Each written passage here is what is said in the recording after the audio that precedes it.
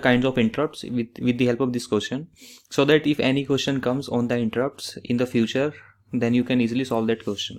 So basically there are two kind of hardware and software interrupts. So there are two kind of interrupts, that is hardware and software interrupts. So hardware interrupts are those which are actually attached with the microprocessor. That means we have hardware pins which are attached to microprocessor. Okay, that's why they are called as the hardware interrupts. So if any interrupts comes to CPU, it will come through those lines, and those lines are INTR. Okay, those lines are INTR, RST 7.5, 6.5 and 5.5. These are the hardware interrupts in 8085 microprocessor.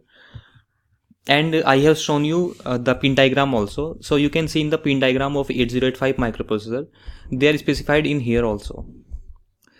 Okay, so here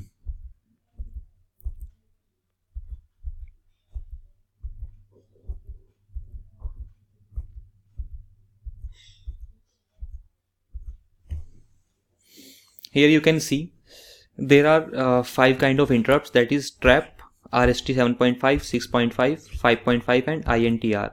They are in the order of priority. That means trap is having the highest priority of hardware interrupts, then RST 7.5, 6.5 and 5.5, and INTR is having the last priority in hardware interrupts. Okay, so these are the hardware interrupts in 8085 microprocessor. So there are total 5 hardware interrupts in this processor. And those are trap, which is also known as RST 4.5. Okay, remember this, RST 4.5 and trap is the same thing. Okay, so 8085 microprocessor has 5 hardware interrupts. What are the names of those interrupts? Trap, okay, and then RST 7.5, then RST 6.5, then RST 5.5, and then INTR. These are the 5 interrupts in the 8085 microprocessor. Okay, and the trap is having the highest priority in the 8085 microprocessor, and INTR is having the least priority in this processor. So there are two kind of hardware two kind of interrupts, that is hardware interrupt and software interrupts. So when microprocessor receive interrupt signal through pins, okay, through pins of the microprocessor, they are known as the hardware interrupts. There are 5 hardware interrupts. These are these. The software interrupts are those which are inserted in between the program, which means these are the mnemonic of microprocessor. That means these are in the form of instructions. Okay, so they will come through the instruction. Software interrupts will come through the instructions, and hardware interrupts will come through the pins. Okay, hardware pins. So there are total 8 hardware interrupts in 8085 microprocessor. They are RST 0 to 7. Okay, 0, 1, 2, 3, 4, 5, 6, 7. So these are the software interrupts in my 8085 microprocessor. So there are total 5 hardware interrupts in 8085 and 8 software interrupts in 8085. Again, these interrupts are divided into 2 kind of interrupt, that is vectored interrupt and non-vectored interrupt. So this is very important to understand what is vector interrupt and what is non-vector interrupt, because there are lots of questions that are being asked in the NT examination on the vectored and non-vectored interrupts. So vectored interrupts are those which have fixed vector address.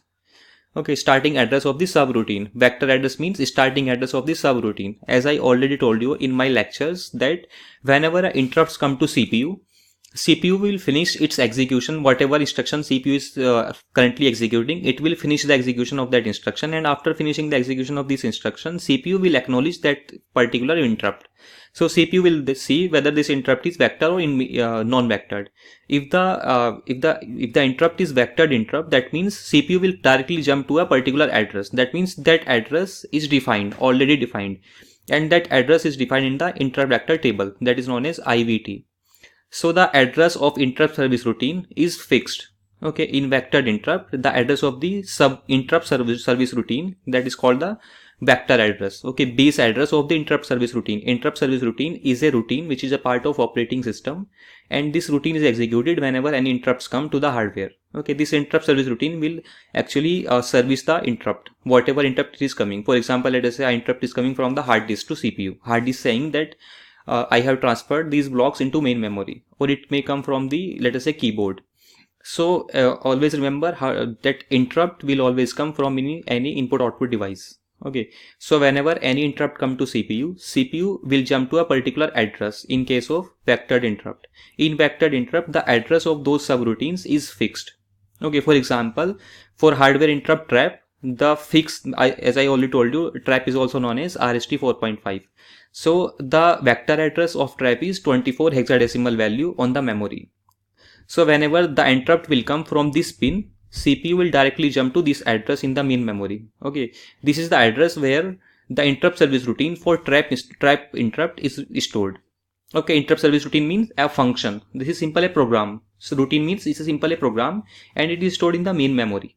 And when once an interrupt comes from this line, CPU will start executing this program which is starting from 24 hexadecimal location. Like that, RST for 5.5 is having a fixed location which is 2C.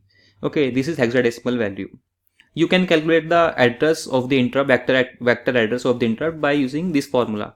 8 into type. For example, let us say this is 4.5. So 8 into 4.5 will give you the vector address of this interrupt. Okay, then RST 5.5, you can simply multiply RST 5.5 with 8 and you will get a interrupt address. Okay, like this, RST 7.5 is having 3CH. Okay, so these are the fixed address. That means the address of the subroutine is fixed. Whenever any interrupt will come from these, CPU will directly jump to these addresses. These are the static addresses. Okay, they are predefined addresses. So remember, when vector interrupt means the address of the subroutine, that means vector address is fixed and CPU will directly jump to these addresses. In non-vector interrupt, we have different thing. Non-vector interrupts means are those in which vector address is not predefined. The interrupting device gives the address of subroutine of these interrupts. Okay, INTR is the only non-vector interrupt in 8085 microprocessor. Okay, always remember all the hardware and software interrupts in 8085 microprocessor are vectored interrupt. Okay, for example, for software interrupts, the address is fixed. These are the fixed addresses of all the software interrupts. These are the 8 software interrupts and the starting address, base address of these interrupts are these. Okay, so all the hardware and software interrupts in 8085 microprocessor are vectored interrupt. Only non-vector interrupt is INTR. So INTR is the only interrupt which is non-vectored interrupt in 8085 microprocessor. Okay, non-vector interrupt means whenever a device if let us say this INTR is non-vectored interrupt. So whenever it will interrupt CPU, it will interrupt CPU through a pin. Okay, so this device which is connected to this pin, okay, the input output device which is connected to this interrupt will supply the vector address. Okay, this address. This vector address will not be fixed in case of non-vectored interrupt. This address will be supplied by the interrupting device. जो भी interrupt कर रहा है CPU को, वही address supply करेगा CPU को कि मेरा जो इंटरप्ट सर्विस रूटीन है वो इस एड्रेस पर स्टोर्ड है, तुम यहाँ पर जंप करो. बट वेक्टर इंटरप्ट में क्या है, वेक्टर इंटरप्ट में सीपीयू को पता है पहले से ही, क्योंकि फिक्स एड्रेसेस, वेक्टर एड्रेस जो है वो फिक्स्ड है. सीपीयू को पता है कि अगर इंटरप्ट जो है वो RST 4.5 से आया तो मुझे यहाँ पर जंप करना है. ओके, अगर 5.5 से आया तो मुझे यहाँ पर जंप करना है, उसको पता है सीपीयू को इन vector interrupt. But in non vector interrupt the vector address is not fix, it is dynamic. Okay, this vector address is supplied at the runtime. Whenever interrupt will come, the interrupting device will supply the vector address to CPU. This is the meaning of non-vectored interrupt. Then we have two category of interrupts also, maskable and non-maskable interrupts. Maskable interrupts are those which can be disabled or ignored by the processor.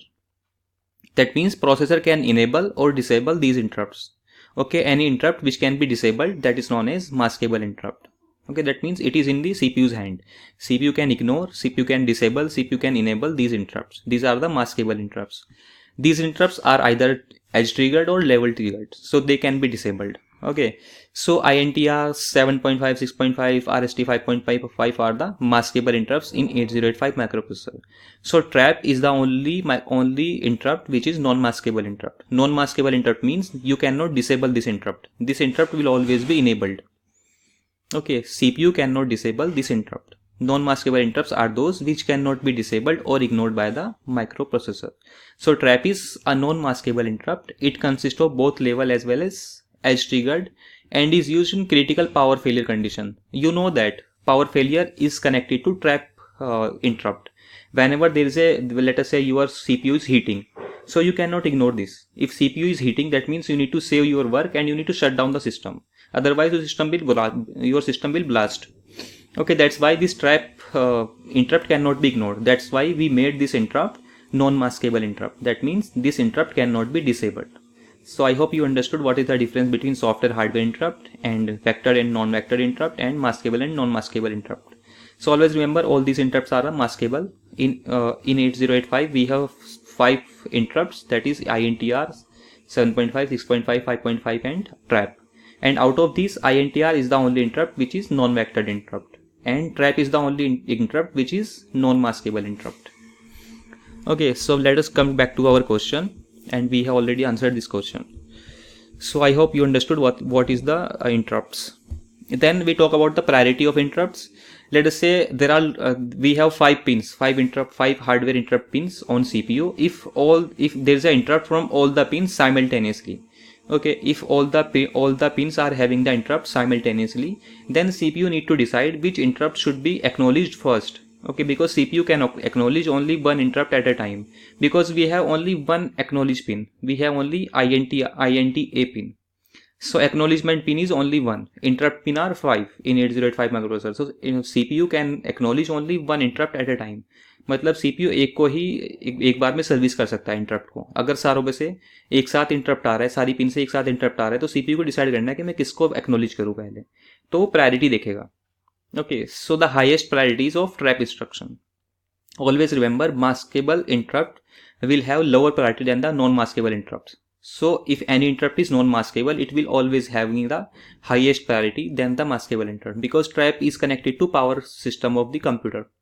Okay, if there is a interrupt coming from the power system and an interrupt coming from keyboard, then CPU will acknowledge the power system interrupt. Okay, that's why trap is having the highest priority. So it is this the priority is in this way.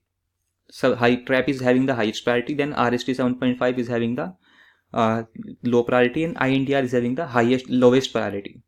Okay, so I hope you understood why priority is important. If all the pins are interrupting at the same time, then CPU will acknowledge only one pin, and it will be decided on the basis of priority of the interrupt. So next question in this year is,